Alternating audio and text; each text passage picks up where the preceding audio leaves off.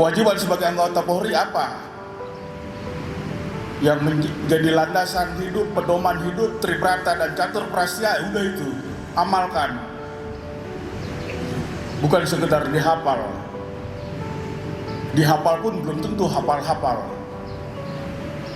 Bagaimana untuk menjabarkan, mengimplementasikan dari Tribrata dan Catur Prastia? Ini rekan-rekan yang betul-betul harus kita sadari bahwa kita anggota Polri dan kita ASN Polri pada Polda Gorontalo laksanakan standar saja, tidak usah